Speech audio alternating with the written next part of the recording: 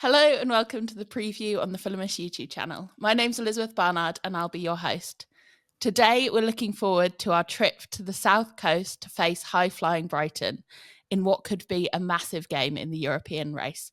And I am delighted to be joined by Josh from Together BHA. Josh, how are you doing?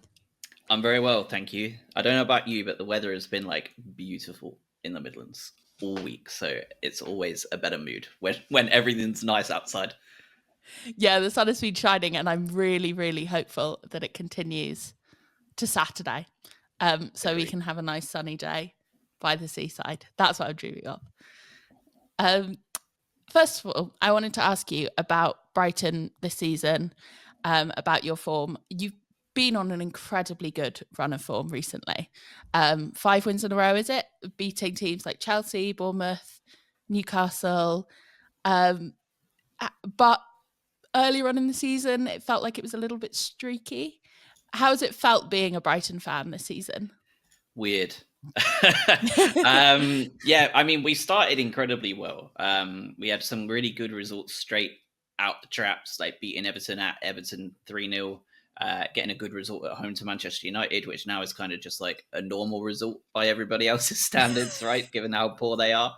But we went on a really good run, and then we lost to Chelsea in a game that was just the craziest tactical decisions I've ever seen from a manager. Mm-hmm. And then it became really streaky, as you say, before really dipping in November and December, and it was a really brutal time. I think we went 8 without a win, patched it up in January, and then when everything turns around and seems to look good, we run into David Moyes' Everton, lose 1-0, and then get absolutely smashed 7-0 at Forest.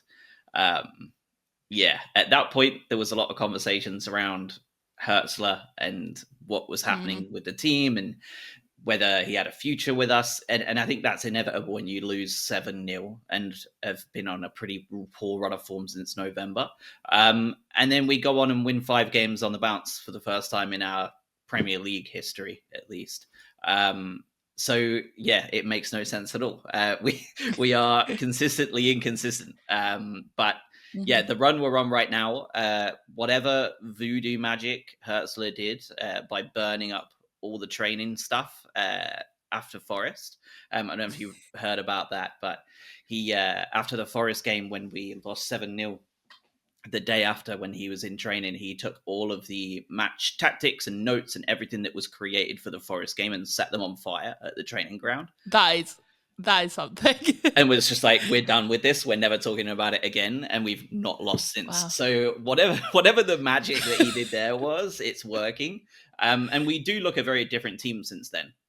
It seems like we have adapted very quickly to a different style of play, which is working out for us. So, that's a very long answer to say we don't know what the hell's going on. It seems to be different every month.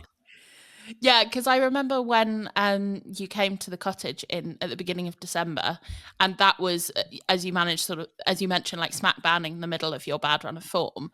And Brighton had flashes in that game, but overall it was just such a comprehensive victory for us.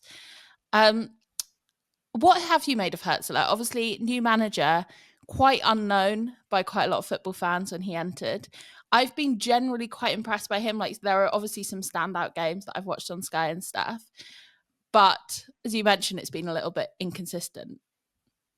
Yeah, I think the main thing for me is that it felt like he was trying to continue De Zerbi's legacy when he came in. So he didn't mess with the tactics too much. The lineup stayed consistent. We played De Zerbi ball, essentially, for the first 6 or 7 games. And I think that's probably why our form was so good, because we were playing a system we'd been playing for the last 2 years. And then I think he was trying to implement some of his own things and just different aspects, and none of it was really clicking together. We were trying to kind of mix both, and it just wasn't working. Now, especially post-Forest, we're seeing a lot more of the Hürzeler tactical flexibility, the defensive solidity, the stuff that he brought to St. Pauli. Frankly, I didn't know much about him either until he signed for us, right? Like, he was very much an unknown entity, which is very much the Brighton way, as you probably know by now. But absolutely. Like since Forest, I think we have changed up our style of play a lot more in terms of that flexibility, the stability, and really just the the getting back key fit players helps as well. Like at injuries, I mean, we've been the most injured team in the Premier League this season, and it's turning around. And I think that shows now when we have depth on the bench that we've heard of, as opposed to just children, like literal children on the bench throughout December and January. So yeah, I mean, after Forest, I would have said that if he doesn't get results against Chelsea and Southampton, he's gone. And now it's like, well, we've won 5 in a row. Of course, he's great. Yeah, I do remember seeing the 7-0 Forest win and feeling like the wheels had totally come off. But obviously, a little bit of voodoo magic, and they're back on. That does concern me because I know that Fulham have got a really good record over Brighton in the Premier League. But that record versus the kind of magic that Hürzeler is working, maybe it's the time that it crumbles. I wanted to talk about your squad. Obviously, as you mentioned, the Brighton way of like signing players that people haven't heard of and they turn out to be world class. And you say you're out of this injury crisis, so you've got a generally fit squad. I saw in the news that Matoma might be out for this game. But I'd love you to shout out a couple of players that are going to be really dangerous for Brighton on Saturday. Yeah, definitely. I mean, we've still got a couple of horrible injuries. Lewis Dunk is probably going to be out as well. Igor, who is our left-sided centre-half, is also going to be out. We've also lost possibly Mitoma, as you say, Ferdi Kadioglu, who was like unbelievable at the Euros, and we signed him for 30 billion quid and is immediately injured. So we've still got a couple of those depth pieces missing that would probably be first teamers, right? But we've also got back some players that make a big difference. Danny Welbeck, for example, came on with a match winner twice in a row in the last 2 games. You can't, I mean, we've all been around the football game long enough to know that Danny Welbeck is Danny Welbeck. Like he brings something that is just incredibly powerful to a squad. Like he's such a good guy. So Danny Welbeck is going to be one to watch regardless of whether he starts or comes on. He's not going to be one you want to see coming on if you're trying to either defend a lead or come back into a game. He just links things up. Carlos Baleba in the middle of the park is kind of following in the footsteps of Bissouma and Caicedo in that unbelievably talented holding role. And he's really coming into it this season. Yankuba Minte, that we got off of Newcastle due to the PSR nonsense that was going on. Unbelievable preseason, and then fell off a cliff at the start of the year and is now ripping teams apart. Really weird trajectory he's had, but he is unbelievably quick on the right. And his defensive work is incredible. He's starting to fill in as like a right wing back when we transition to a 5. And I mean, no one is winning a straight foot race with the guy. Like he's stupid quick. So that's fun. And then Jorginho Ruta as well, 40 million quid from Leeds, cost an awful lot of money. Everyone was like, how on earth is he going to be worth that much? And people are probably already saying that he already is. He's already done a lot for us this season at only 22, 5 goals, 3 assists. Coming from Leeds, first year in the Premier League, like that's a great start, especially when he's played on the right, in the 9, in the 10. He's kind of played everywhere. And yeah, it will be a shame if we don't have Mitoma because that's really such an obvious one to talk about. So if we don't have him, that would be a big shame because that front 4 of Pedro, Mitoma, Ruta and Minte were really starting to look incredibly lethal on the break, especially. So.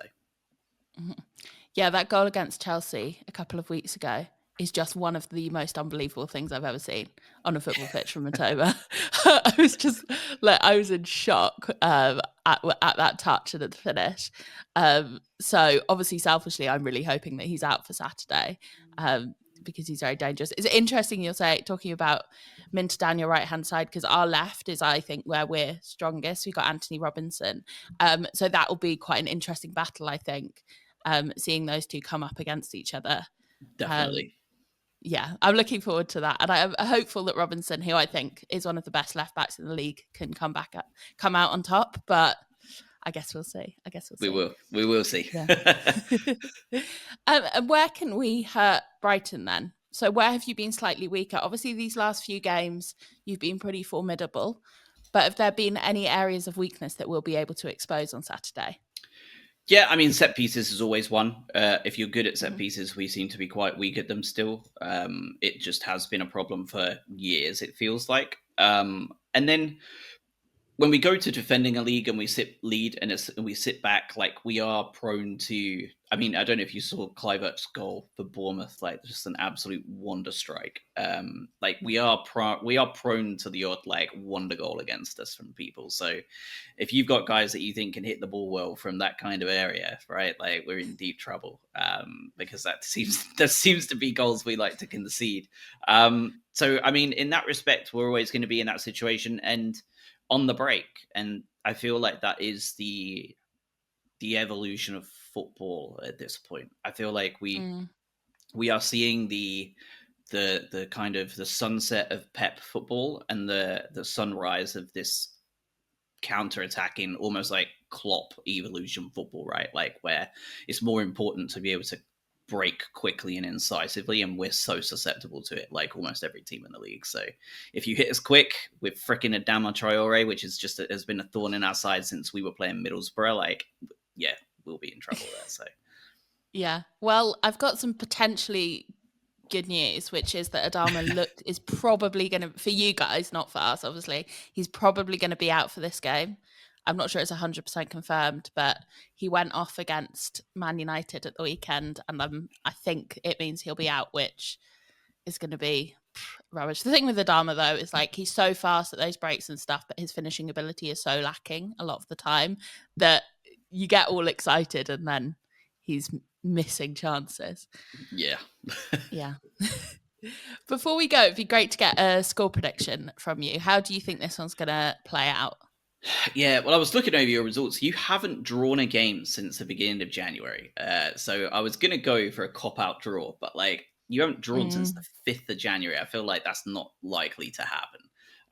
And we are cursed against Fulham. So like it's really weird because I don't know. I feel like it's probably going to be like 1-0 either way. I just really don't know which way because the curse against the win streak is like a real thing. I'm not sure. Like the mentality is so high for both teams.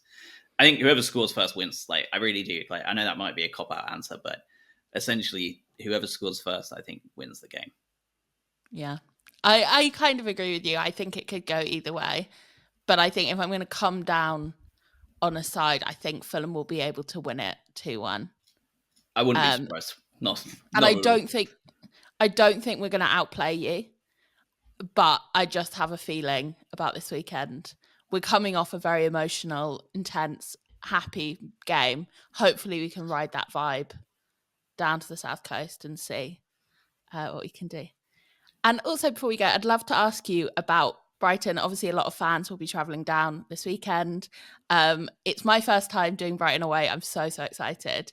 What things should we do? What things should we check out? Where should we eat? Where should we drink?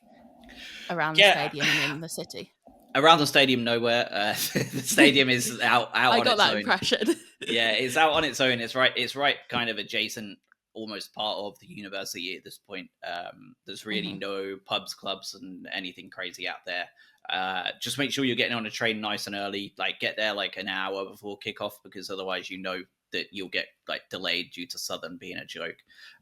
So like just be safe with it. Make sure you're getting on the train in plenty of time so you're not stressing when you get there. We also have, Brighton is Brighton, right? Like you have the Palace Pier, you have the lanes. If you've ever gone wandering down the lanes, that's a fun place to go. If the sun is out, like the beach will probably be packed even at 7 degrees. So like just go down there and enjoy it. If it's a day like that, like it has been all week, like you can pretty much walk down any street in Brighton and just have a lovely time. In terms of away pubs, I'm not super familiar with them, honestly.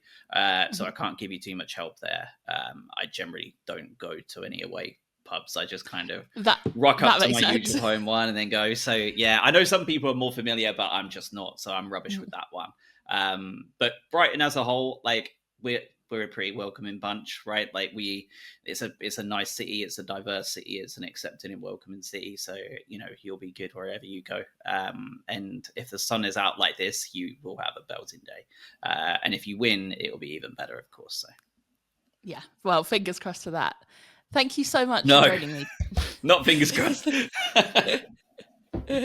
Thank you so much for joining me, Josh. Where can people find you?